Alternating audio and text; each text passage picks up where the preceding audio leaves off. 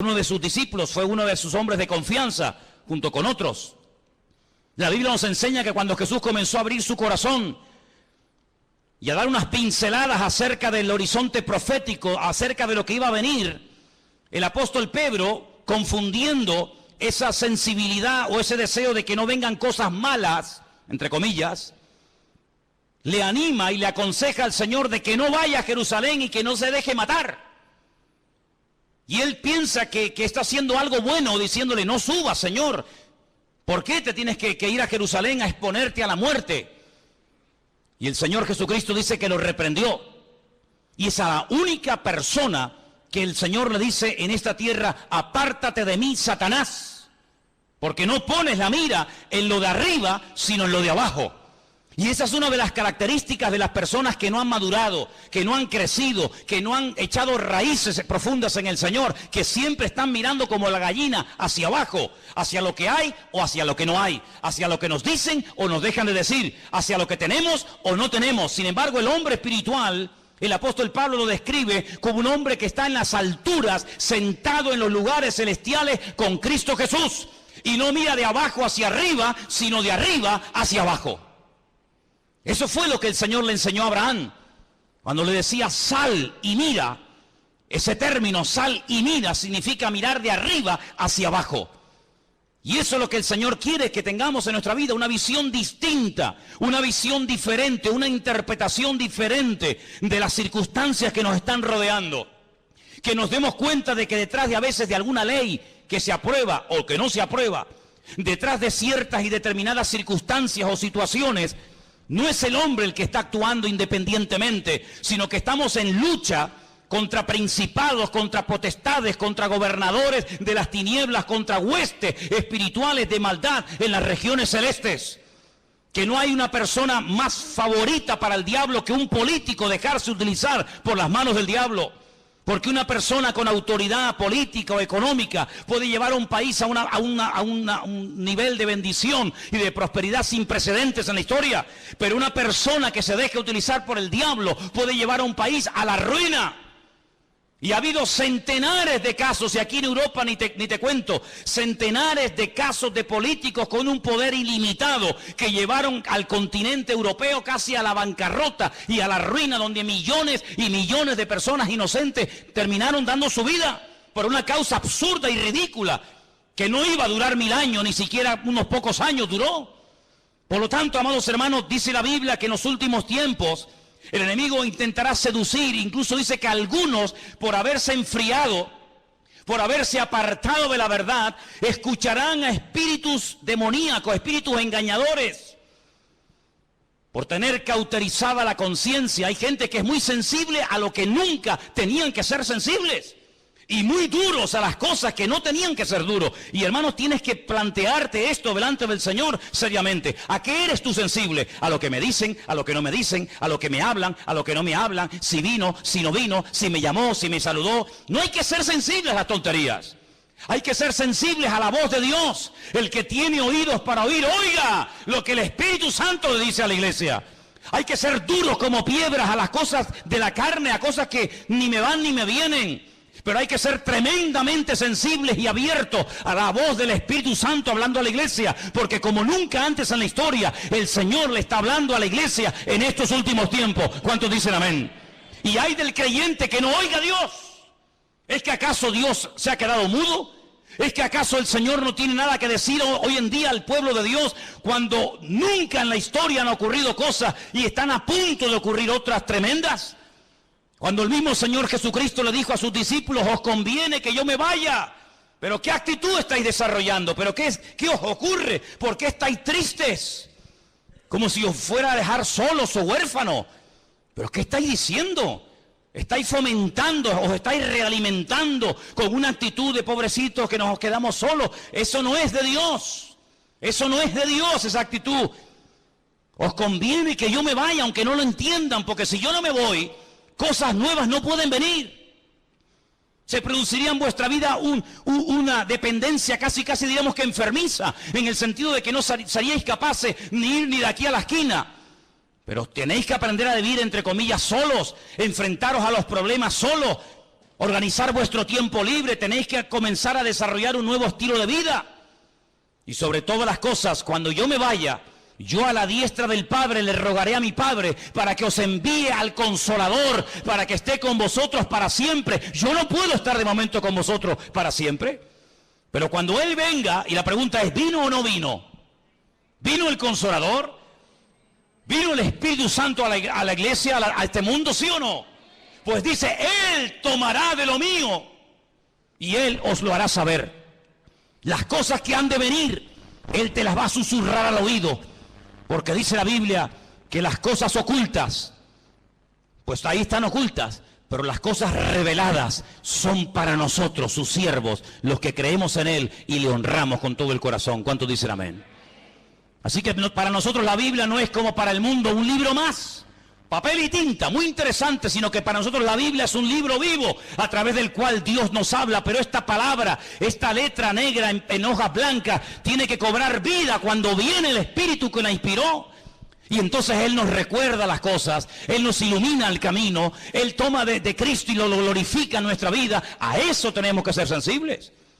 Pero si entramos en un círculo de religiosidad, si no hay una renovación espiritual, si no hay un crecimiento, si hay una vida rutinaria, monótona, tú no te vas a enterar de nada.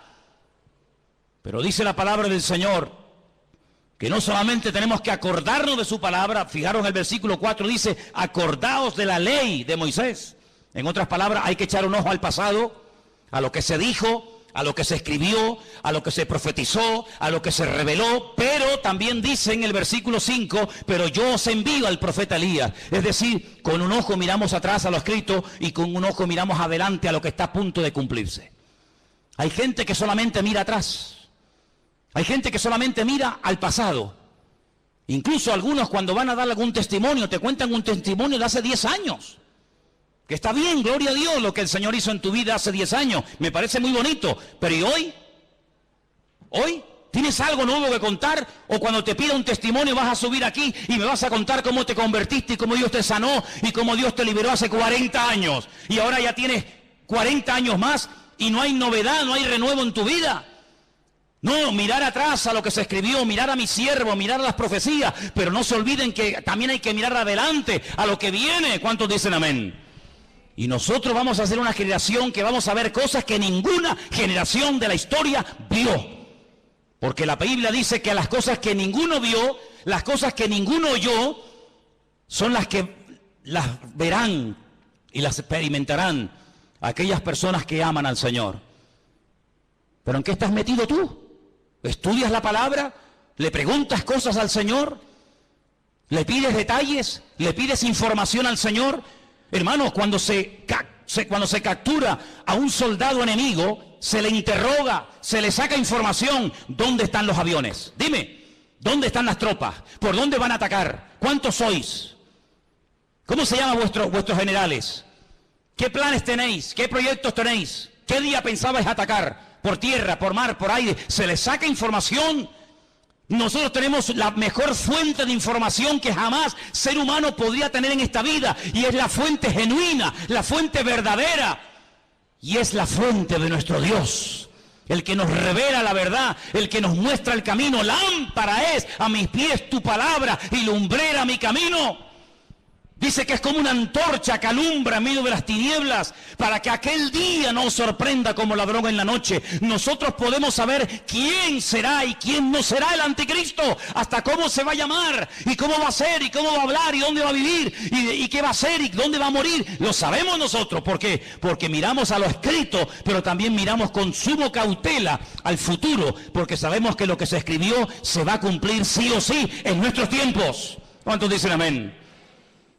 Pero si gastas más tiempo en ver Supervivientes, El Gran Hermano y todas esas sandeces y estupideces que tienen a la gente atontada, incluso a muchos de ustedes que los tienen atontados perdidos, que os sabéis el nombre de todos los golfos y golfas de este país, que no han pegado un palo al agua en la vida, que viven del cuento de Platón, Plató, de mentira en mentira, de engaño en engaño.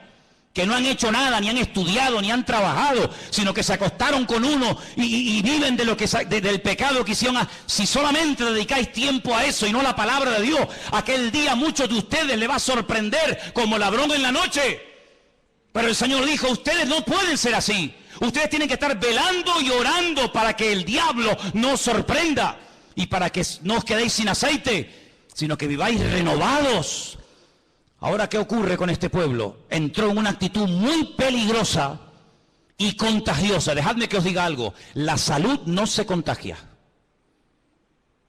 Usted está sano y se junta un enfermo y su salud no contagia, no contagia en el buen sentido de la palabra a ningún enfermo.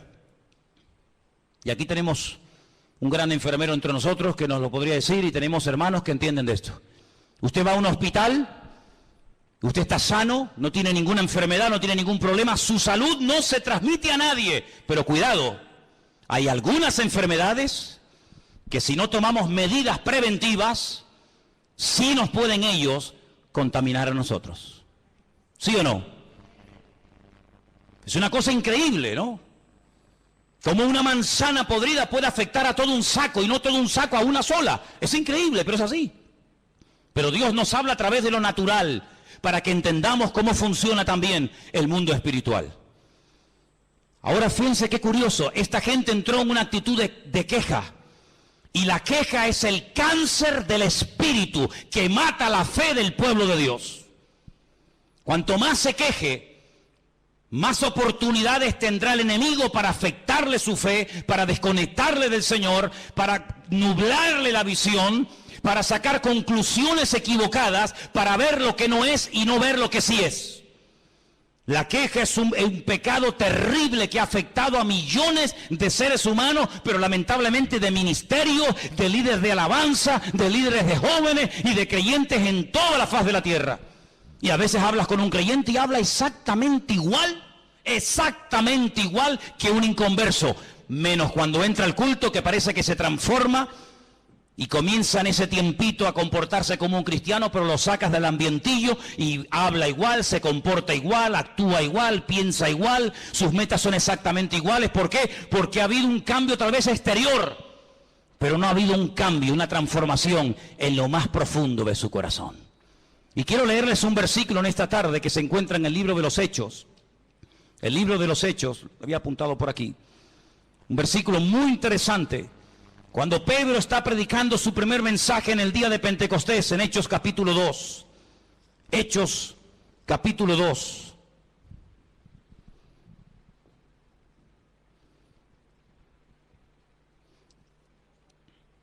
¿Lo tienen, hermanos?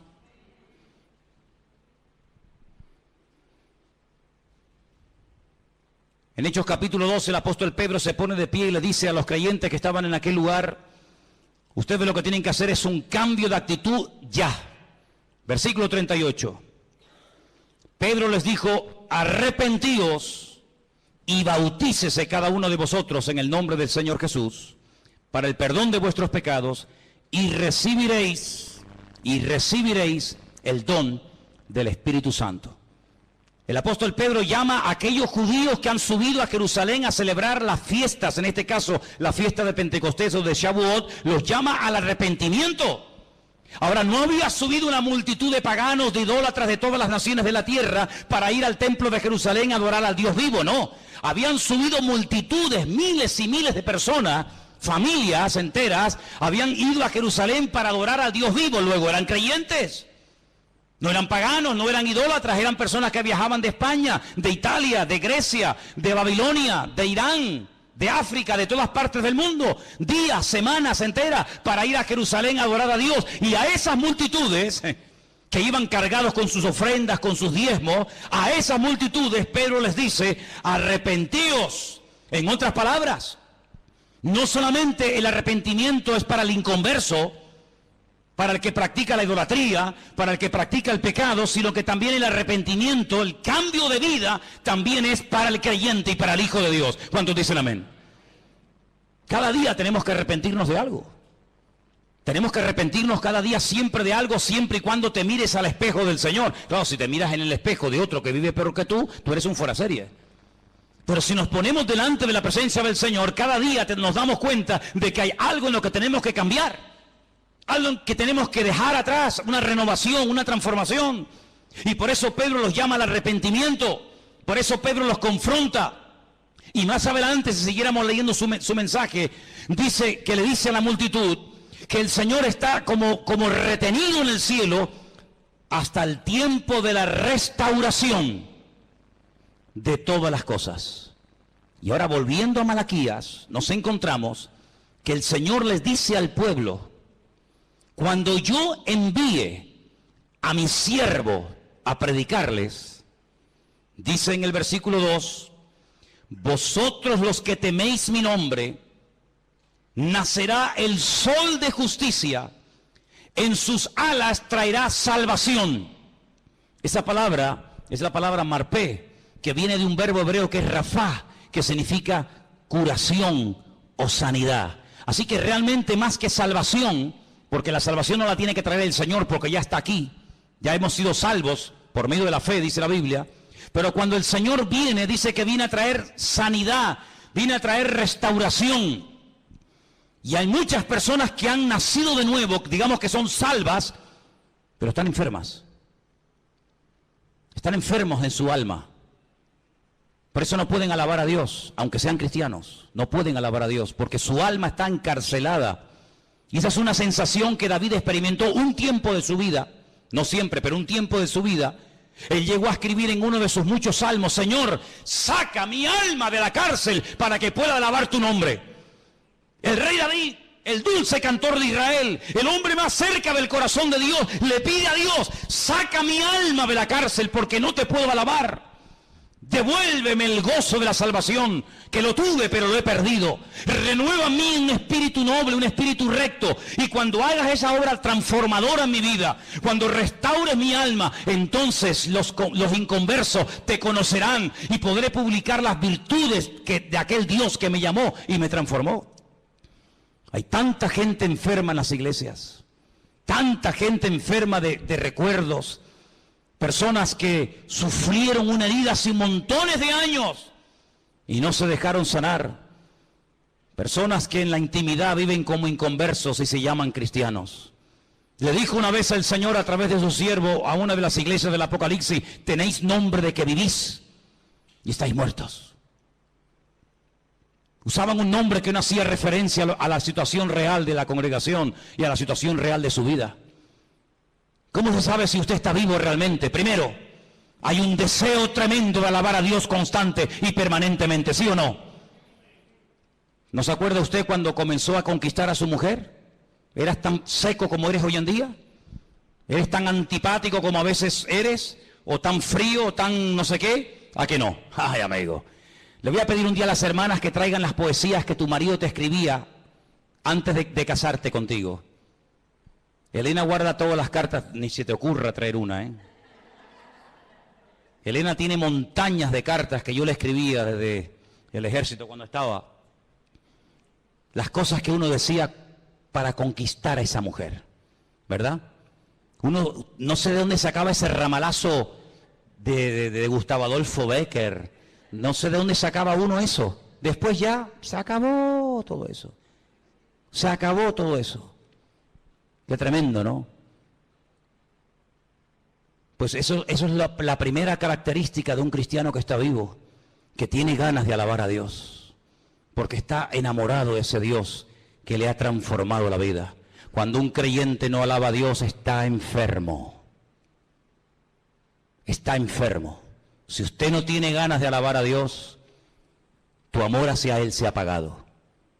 Si tú ya no tienes ganas de decirle nada a tu esposa o a tu marido, es que tú ya no lo amas como al principio. Ya para ti el vivir o el convivir con él ya es como una especie de, bueno, esto es lo que hay. Sin embargo, en la Biblia nos llama a una renovación constante y permanente. Vivir con un hombre, vivir con una mujer a la cual no amas y del cual no estás enamorado, tiene que ser una tortura. Hasta asco te tiene que dar que te ponga la mano encima. Estar al lado de un hombre, dormir al lado de un hombre y de una mujer que no amas, cuando tu corazón no está con ella o cuando tu corazón no está con él, tiene que ser una tortura terrible. No ves la hora de salir de esa casa. Siempre hay algo que te atrae más que estar en casa. ¿Por qué? Porque no quieres estar con ese hombre, porque no quieres estar con esa persona. Cualquier cosa te atrae.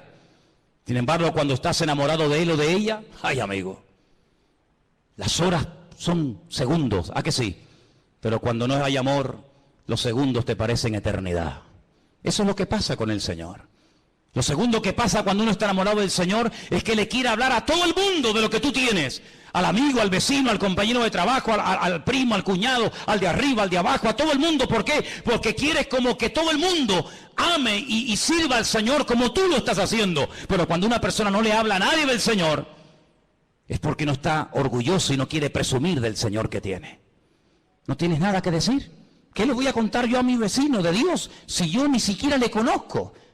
¿Qué le voy yo a hablar a mi vecino del amor a Dios cuando yo ya ni le amo tanto, ni le alabo, ni le adoro? Es otra característica. Y podríamos hablar de muchas.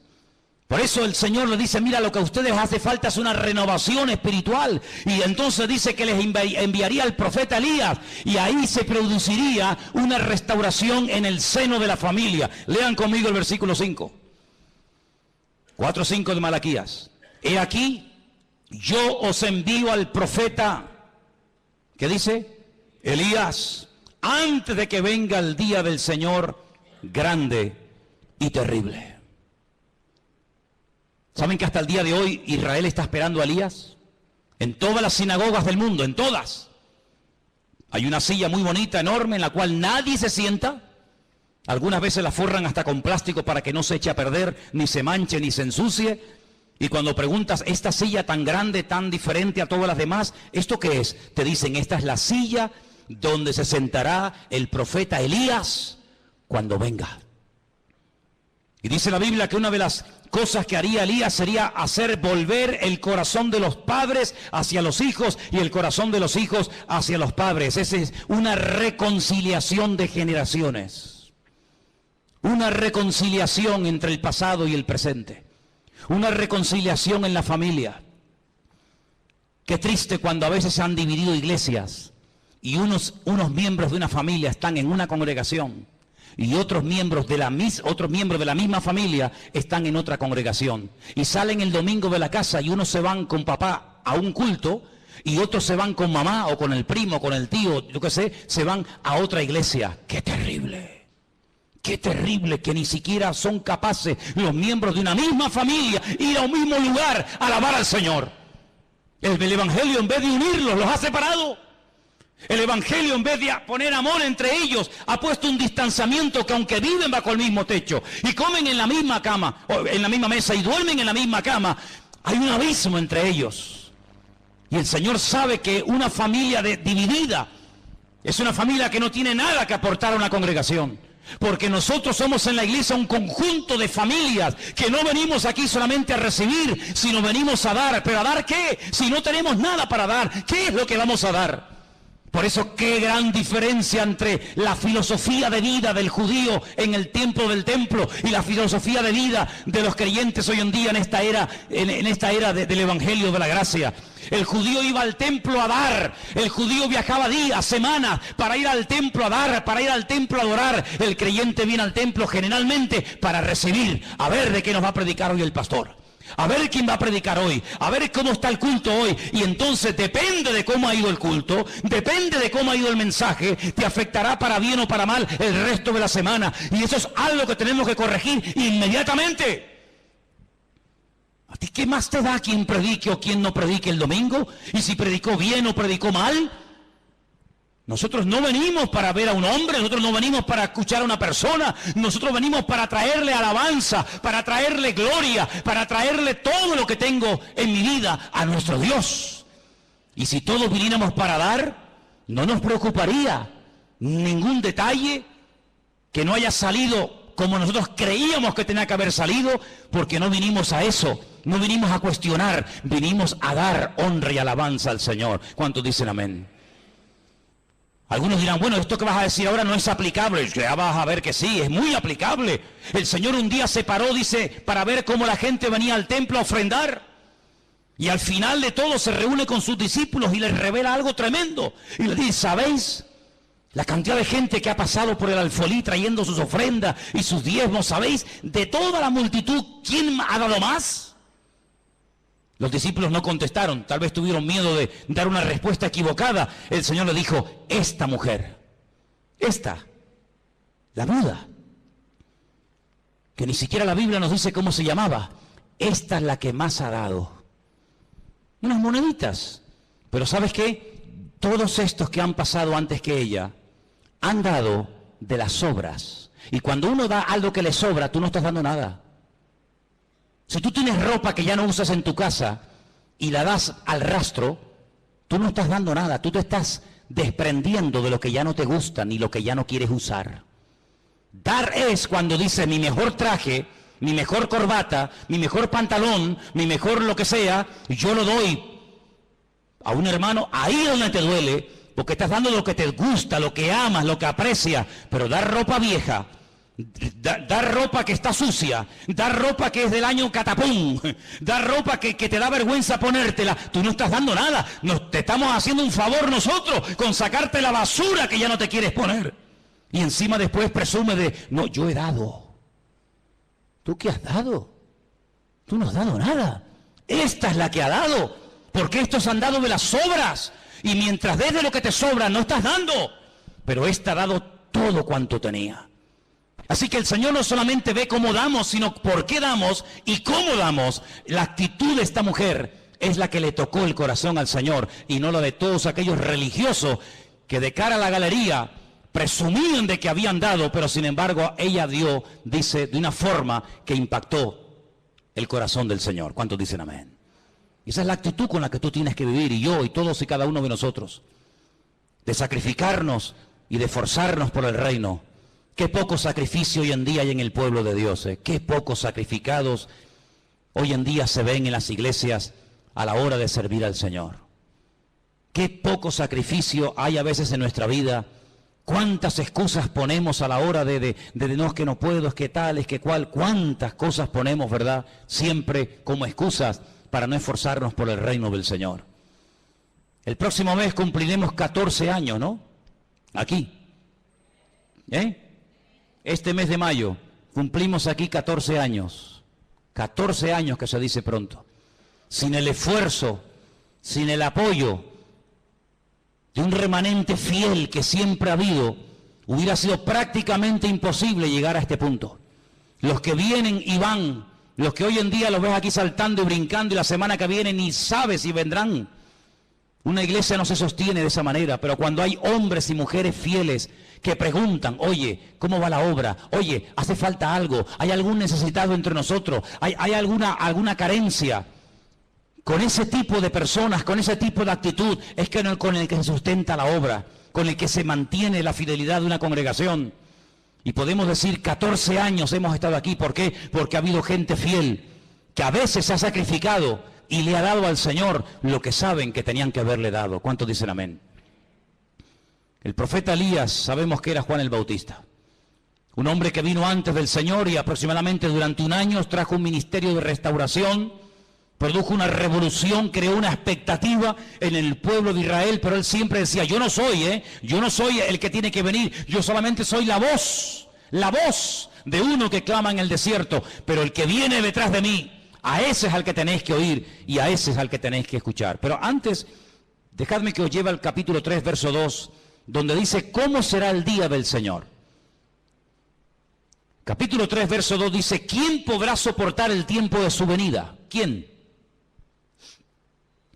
¿Quién podrá estar en pie cuando Él se manifieste?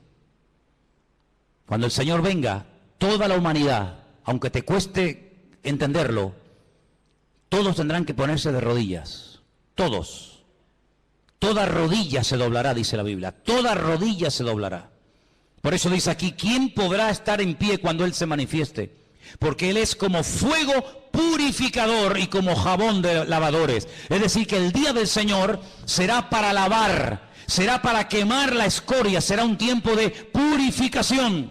Pero al mismo tiempo, la venida del Señor, el día del Señor, en el capítulo 3, verso 17, dice lo siguiente para nosotros. Serán para mí un especial tesoro.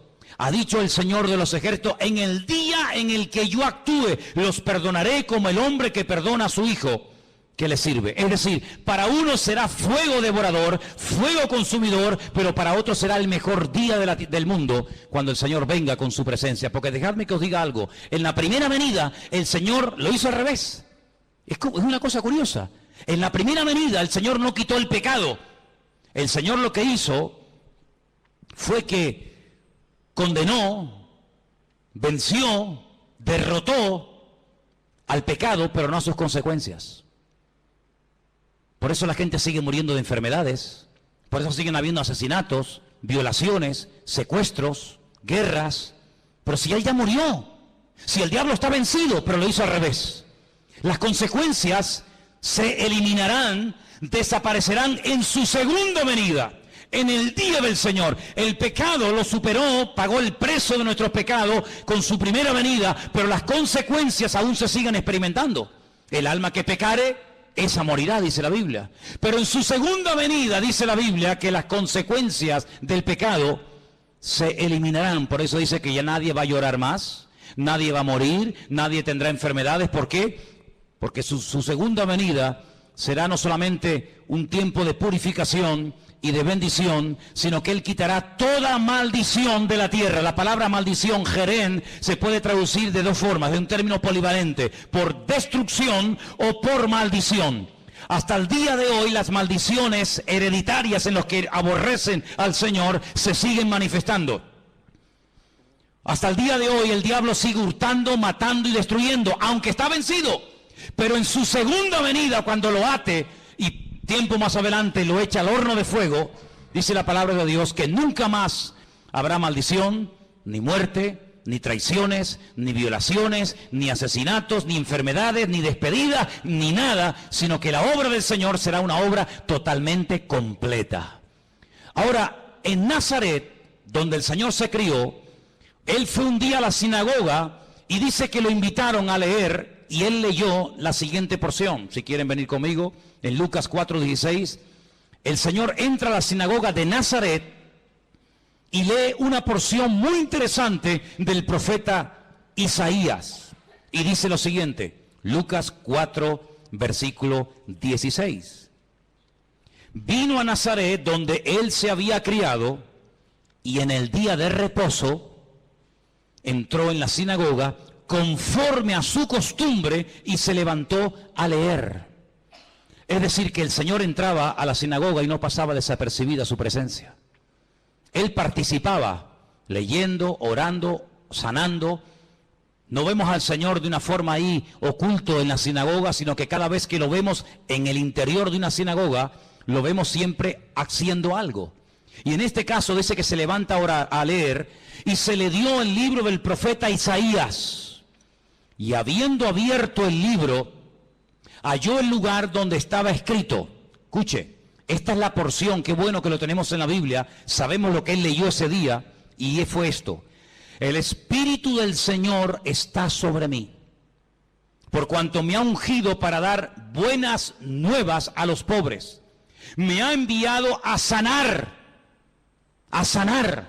a los quebrantados de corazón, a pregonar libertad a los cautivos, vista a los ciegos, a poner en libertad a los oprimidos y a predicar el año agradable del Señor.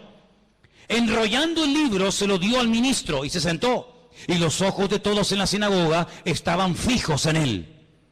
Comenzó a decirles: hoy se ha cumplido esta escritura delante de todos vosotros. Esa escritura que el Señor leyó se encuentra en el libro del profeta Isaías, capítulo 61. Cuando lleguen a casa, buscan Isaías 61, versículo 1 y versículo 2. Y se van a dar cuenta de que el Señor hizo algo muy interesante, que generalmente no se suele hacer. Cuando yo le pido a un hermano, a alguien que suba aquí, a traer una lectura, el hermano lee los versículos completos. Nunca ningún hermano subirá a la plataforma y leerá los versículos, digamos, como cortados. Bueno, leo desde aquí hasta aquí, pero el resto del versículo no lo leo. El Señor sí lo hizo. Si ustedes después comprueban en casa, la lectura que él lee de Isaías 61, él la corta. no termina así. No termina así el versículo que él está leyendo, no termina diciendo a predicar el año agradable del Señor, sino que dice más, pero a propósito paró. Y el resto no lo leyó. Y cuando él se siente y la gente se le queda mirando como diciendo, pero ¿por qué ha leído así? ¿Por qué ha cortado? ¿Por qué ha mutilado el texto? Y se le quedan mirando, él se levanta y dice, ¿sabéis una cosa? Esto que acabo de leer, esta porción que acabo de leer, se ha cumplido hoy delante de todos vosotros. Es decir, él te está diciendo que en su primera venida, en su primera manifestación visible, lo que él acaba de leer iba a ser la tónica, lo normal en su ministerio. Libertad, sanidad, predicación del Evangelio en las calles, sanar a los quebrantados de corazón, etcétera, etcétera. Pero la otra parte no tenía que ver con su primera venida, sino con su segunda venida, y es de la cual está hablando el profeta Malaquías. Luego nosotros creemos, y es muy claro en la palabra, que el Mesías vendría 2 veces. Una primera vez para cumplir con lo que hemos leído esta tarde, y una segunda vez, que es la que nosotros viviremos y experimentaremos y veremos, que tenemos que conocer los detalles y las cosas que van a ocurrir en su segunda venida. Porque si yo en esta tarde les preguntara a muchos de ustedes, decidme cosas que ocurrieron durante la primera manifestación visible del Señor, cosas que hacía, cosas que se producían, todos estáis puestos en el tema. Uno me dirán, pues sanaba a los ciegos, echaba fuera a los demonios, multiplicaba los panes y los peces, convertía el agua en vino, multiplicaba... Bien. Pero la segunda venida es la que a nosotros nos va a afectar directamente. Nosotros no estuvimos en su primera venida, no lo vimos, no estábamos allí. Creemos por fe lo que otras personas vieron y que escribieron y nos ha llegado hasta nosotros. Y creemos a pie juntillas que los testigos oculares de su primera venida, lo que vieron y lo que experimentaron, lo transmitieron fielmente hasta nuestros días. Amén, hermanos. Pero allí no estuvimos. Yo no escuché de labios de Cristo el sermón del monte. Yo no vi cómo sanaba al ciego poniéndole barra en los ojos y mandándolo a lavarse al estanque de Siloé. Yo no lo vi cuando entró en el estanque de Betesda y le dijo a aquel paralítico, levántate, toma tu lecho y anda. Yo no estaba en la barca y lo vi caminando por encima de las aguas. No estuve en el monte de la Calavera viendo cómo lo clavaban. Y no estuve en el día de Pentecostés viendo a aquella multitud recibiendo el poder del Espíritu Santo. No estuve allí. Nosotros creemos en todos esos detalles, porque creemos que lo vieron y lo experimentaron, lo transmitieron, no solamente oralmente, sino por la Escritura. Pero, amados hermanos, a nosotros sí nos va a afectar la manifestación del anticristo. A nosotros sí nos va a afectar la coalición de naciones paganas, coaliciones de naciones, ¿verdad?, que entre ellas se llevaban como el perro y el gato, pero que se van a unir para ir a atacar al pueblo de Israel. Nosotros tenemos que conocer los detalles de su segunda manifestación. ¿Para qué? Para que aquel día no nos sorprendan las cosas.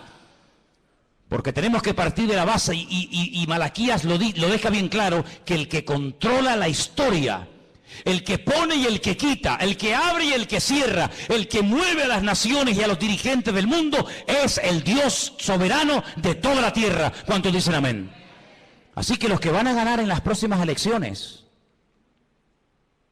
y los que van a estar gobernando este país, alcaldes, diputados o lo que sea, no es porque ellos hayan ganado, sino es porque Dios ha permitido que esos que ni siquiera saben ahora quiénes van a ser, son los que Dios va a permitir.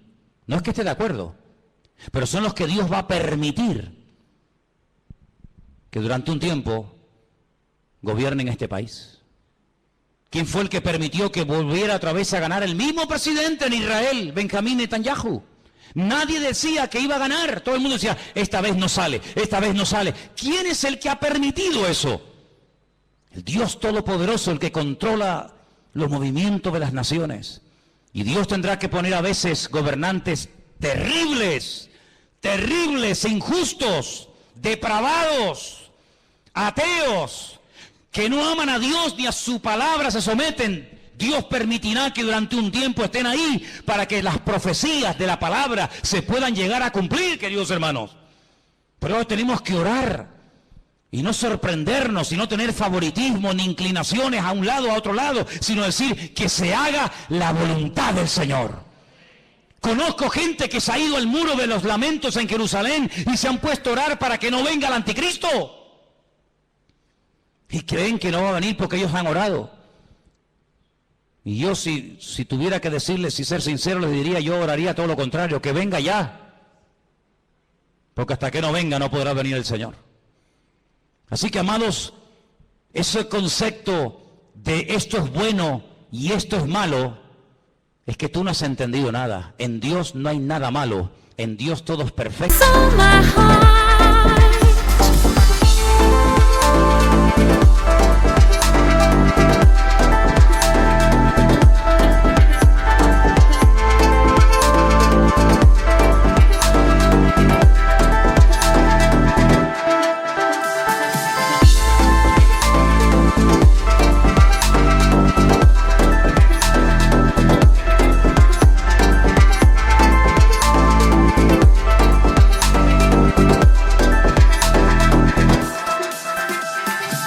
Never thought I'd find love like this. Never thought I'd be waiting. Move your body, let your spirit soar. Ella, you're out and move your body. And the way you speak to me brings thoughts. I always hoped that you would stay. Cherish my life.